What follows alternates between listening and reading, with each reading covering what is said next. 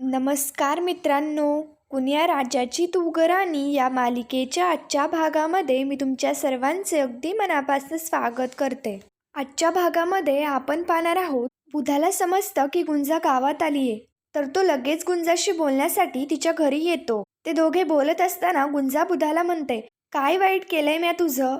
गुंजाच्या प्रश्नाला उत्तर देत बुधा म्हणतो, काजाचा लचका तोडला माझ्या आणि खाऊ घातला त्या कुत्र्याला. अजून काय वाईट व्हायचं राहिलंय आता? बाबळी म्हणत असते, लेक 4 दिवस आली माझी तर सुखानं राहू दे तिला. बुधा हसायला लागतो आणि बाबळीला म्हणतो की 4 दिवस नाही, कायमची राहायला आलीये इथं. काय दिसत नाही का तुला? तुझा जावई तिकडे राहतोय आणि ही इथं. बाबळी बुधावरती ओढत म्हणते, तुला कशाला फुकटच्या चौकशा? कुठं बे राहीन ते? कुठल्याशा कामगिरीवरती आलेत म्हणून राहतायत तिथं. बुध्या म्हणत असतो की जशी खबर लागली की माझी गुंज गावात आलीये, लगेच धावत पळत तिला भेटाया आलो. तेवढ्यात तिथे सत्यादा येतो आणि तो बुधाच्या पोटात जोरात लाथ मारतो. त्यामुळे बुधा खाली पडतो. सत्यादा बुधाची कॉलर पकडत म्हणतो, माझ्या गुंजाकडं वाकड्या नजरेने जर बघितलं ना तर गावात उनारक्या मारायला सुद्धा शिल्लक ठेवणार नाही मी तुला. सत्यादा बुधावरती ओढत म्हणतो की काय करायला आलता तू? माझ्या गुंजीला बघायला आलता ना? तर घे बघून, घे तिला शेवटचं बघून. आता इथनं तू तुझ्या घरला जित्ता जातच नाही. सत्यादा बुधाच्या डोक्यावरती बंदूक रोखतो. बुधा तर खूपच घाबरलेला असतो. गुंजा सत्यादाला थांबवत म्हणते, सत्या मी हात जोडते तुझ्या मुर, पण हे असलं काही करू नको. हे बघ सायबा, इथं असे पोतूर कोणाचा बी जीव नग जायला. आधीच गरम वातावरण आहे गावात. अशी चकमक वगैरे झाली तर साहेबाच्या जीवाला बी धोका होऊ शकतोय. सोडून दे याला तू. गुंजाच्या सांगण्याप्रमाणे सत्ता बुधाला सोडून देतो. बुधा लगेच तिथनं निघून जातो. गुंजाची कबीरवरची काळजी पाहता सत्या बाबीला म्हणतो, बघितलं का आपली गुंजा नवऱ्याची किती काळजी करती? बाबी सत्याला उत्तर देत म्हणते, सगळ्याच बायकोला असते आपल्या नवऱ्याची काळजी आणि तिनं का करू नये? सत्या गुंजाला म्हणतो, काल मी तुझ्या साहेबाला लई काय काय बोललो, त्याबद्दल मला त्याची माफी मागायची आहे. आणि आपला जावई या गावात आलाय म्हटल्यानंतर त्याचे स्वागत करायची जबाबदारी ही माझ्यावर आहे. चांगलं जंगी स्वागत करतो त्याचं. बाबळी सत्याला म्हणत असते की जावई बापूंना इथं घेऊन ये. गुंजा म्हणत असते, इथं कशा पायी त्यांना? आपली एवढीशी झोपडी आहे ही. सत्या गुंजाला म्हणत असतो, झोपडी नाही, तुझ्या साहेबाची सासूरवाडी ही, त्यामुळं त्याचं पाय इथं लागायलाच पाहिजे. सत्या कबीरला आणण्यासाठी निघून जातो आणि बाबळी ही कबीर घरी येणार म्हणून तयारी करू लागते. त्यानंतर इकडे दुसरीकडे मधुश्री आणि विजया कबीर गुंजाच्या विचारांमध्ये असतात. तर मधुश्री विजयाला म्हणते, कबीर गुंजा घरात नाहीयेत तर घर किती सुनं सुनं वाटतंय ना? विजया म्हणते, हो ना, आणि त्यात ते मंगळसूत्र सापडलं त्यामुळे आपली मृण्मयी खूपच दुखावली गेलीये. फारच मनाला लावून घेतलंय तिने, आणि त्यात कबीर सुद्धा जवळ नाहीये. तेवढ्यात लगेच तिथे दारात माया येते. मधुश्री विजया मायाला आत बोलावतात. लगेच माया आत येऊन बसते. मधुश्री मायाला विचारते की आज अचानक कशा आल्या तुम्ही? माया विजयाकडे मिठाई देत म्हणते, मिठाई आणली तुमच्यासाठी. मधुश्री विचारते, पण अचानक मिठाई कशासाठी? यावेळी माया जरा नीटच बोलत असते.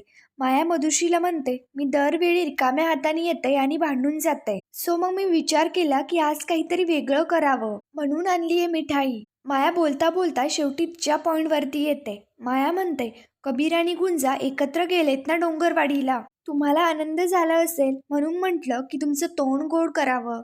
मधुश्री मायाला म्हणते, तुम्ही मिठाई घेऊन आलात हे छानच केलं, पण तोंड कडू करून बसण्यासारखं इथे काहीही झालेलं नाहीये. कबीर त्याच्या कामासाठी गेलाय आणि गुंजाच्या आईला बरं नाहीये म्हणून तीही त्याच्याबरोबर गेलीये. हा आता आमची नवी नवरी थोडी एकटी पडलीये, याचं वाईट वाटतंय आम्हाला, पण काही हरकत नाही, आम्ही सगळे तिच्या सोबत आहोत. मधुश्रीच्या बोलण्यावरती माया लगेच हळवा चेहरा करत म्हणते, हो का, तुम्हाला खूप वाईट वाटतंय? तर काय केलं तुम्ही तिच्यासाठी? तुम्ही तुमच्या लाडक्या मुलाला अडवलत का जाण्यापासनं? जाब विचारलं का त्याला तुम्ही? विजया मायाला म्हणते, मायाताई, माझा पुतना कामासाठी गेलाय तर त्याला काय विचारायचं? मधुश्री मायाला म्हणते, अहो त्याची नोकरी आहे ती. मध्यमवर्गीय माणसं आम्ही, फॅमिली बिझनेस नाहीये आमचा. मधुश्रीचे हे बोलणं ऐकताच माया लगेच मधुश्रीवरती ओढत म्हणते, टोचून बोलायची काहीच गरज नाहीये मधुश्री ताई. मधुश्री म्हणते, वहिनी मी टोचून बोलत नाहीये, जे खरं आहे तेच सांगतीये. आमची फॅमिली मध्यमवर्गीय असल्यामुळे आणि कबीरच्या कामाचं स्वरूप हे असल्यामुळे त्याला दौरे हे करावेच लागतात. तुम्ही मिठाई घेऊन आलायत म्हणजे तुम्ही सुद्धा गोड मानून घेतलंय हे समजूयात. माया लगेच मोठ्याने ओढत म्हणते, निर्लज्जपणा जर शिकायचं असेल ना तर तो सरपोतदारांकडून शिकावा. मायाचे हे ओरडणं पाहता लगेच विजया म्हणते, झाली घराची शांतता भंग. मधुश्रीला खूप सुनं सुनं वाटत होतं ना.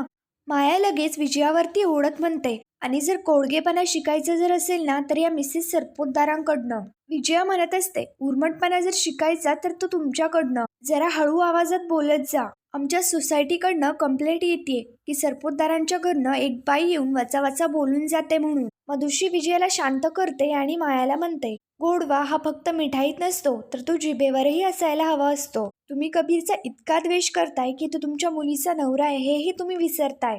माया म्हणते, त्याच्या लक्षात राहतं का की तो कोणाचा कोण येते. माया लगेच मृण्मयीशी बोलण्यासाठी तिच्या रूममध्ये निघून जाते. माया आतमध्ये गेल्यानंतर विजया मधुश्रीला म्हणते, जरा सांभाळून, आता ही महामाया नक्की मृण्मयीचे कान भरणार. मधुश्री मात्र म्हणते, नाही वहिनी, माझा जितका कबीरवरती विश्वास आहे तितकाच मृण्मयीवरती आहे. ती तिच्या आईचं असलं भलतं सलतं काहीच ऐकून नाही घेणार. त्यानंतर इकडे माया मृण्मयीच्या रूममध्ये येते. मायाला पाहता मृण्मयी लगेच तिला प्रेमाने मिठी मारते. माया मृण्मयीला म्हणते की कबीरला डोंगरवाडीला पाठवून खुश असशील ना तू. मृण्मयी मायाला म्हणते की अगं कामासाठी गेलाय तो तिकडे. माया मृण्मयीला म्हणते की हे बघ, मी तुझ्यासाठी तुझी फेवरेट मिठाई आणली आहे. तर मृण्मयी म्हणते, अगं मग तू ही बाहेर का नाही दिली. माया म्हणते, अगं ही मिठाई मी माझ्या मुलीसाठी आणली. माया मृण्मयीला तिने बरोबर आणलेली मिठाई खाऊ घालत असते, पण मृण्मयी मात्र खाण्यासाठी नकार देते. माया मृण्मयीला धीर देत म्हणते, हे बघ मृण्मयी, तू माझी एकुलती एक मुलगी आहेस. मला माहिती होतं की कबीरच्या जाण्याने तू अपसेट असशील, म्हणूनच मी तुझ्यासाठी तुझी फेवरेट मिठाई घेऊन आले.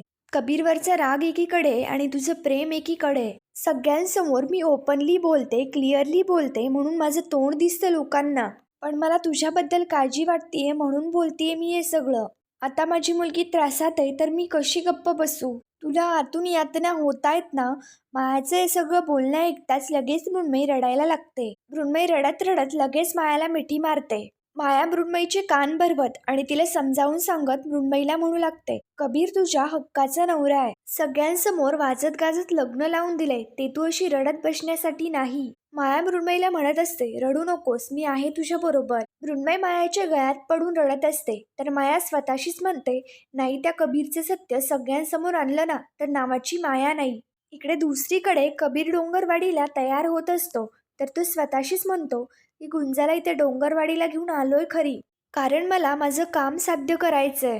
मृण्मयी बरोबर मी चुकीचा वागलोय. तिची स्वप्न पूर्ण करायची आहेत मला. गुंजालाही तिची स्वप्न पूर्ण करायची आहेत. पोलीस ऑफिसर बनायचंय तिला, पण ते काही असू दे. गुंजाला तिचं आयुष्य जगू दे आणि मला माझं. आता काहीही करून मला ही मध्यस्थीची भूमिका नीट पार पाडायची आहे. कबीर विचार करत असतो की आता सत्यजितला कसं भेटायचं. तेवढ्यात दार वाजतं. लगेच समोर कबीरला सत्यजित दिसतो. फक्त तिथे एकटा सत्यजितच आलेले नसतो तर सगळं गावच आलेलं असतं. कबीर सत्याला म्हणतो, चर्चा करायची होती तर एकटं यायचं ना, बाई माणसांचं काय काम. सत्या मात्र कबीरला म्हणतो की मी ते चर्चा करण्यासाठी नाही तर गुंजाचा बाप म्हणून आलोय. बाबळी कबीर समोर हात जोडत म्हणते की जावई घरला चला, इथे दुसऱ्याच्या घरात कशा पायी, सासूरवाडीत चला. सत्यादा कबीरला म्हणतो की घरला चला, पण कबीर मात्र लगेच सत्याला म्हणतो, आधी तुम्ही त्या पोलीस ऑफिसरला सोडा. कबीर म्हणतो, त्या पोलीस ऑफिसरची सुद्धा फॅमिली आहे, सो त्याला सोडण्याशिवाय तुमच्याकडे दुसरा कुठलाच पर्याय नाहीये. कबीरचं हे सगळं बोलणं ऐकताच लगेच सत्याचा माणूस त्याच्यावरती चिडतो आणि त्याच्यावरती बंदूक रोखून धरतो. कबीर सत्याला म्हणतो, तुम्हीही आता तुमची फॅमिली ड्युटी आणि तुमची तत्व यात गल्लत करताय. सत्या कबीरला म्हणत असतो, कबीर साहेब, हात जोडतो मी तुमच्या पुढं, जावई म्हणून घरी चला. सगळेच कबीरला रिक्वेस्ट करत असतात की घरी चला. पुढील भागामध्ये आपण पाहणार आहोत कबीर गुंजाच्या घरी येण्यासाठी रेडी होतो तर कबीरला सगळे पालखीत बसवतात आणि त्याला वाजत गाजत घरी आणतात. दारात आल्यानंतर गुंजा व कबीरचं बाबळी औक्षण करते. कडू आजी कबीरला पाहत म्हणते, याला मी कुठंतरी बघितलंय. तर सत्यादा म्हणतो, हा आपलाच जावई आहे. कडू आजी आठवण्याचा प्रयत्न करू लागते. पुढील भागांच्या डेली अपडेट्ससाठी मराठी रंग या चॅनलला लगेच सबस्क्राईब करा. धन्यवाद.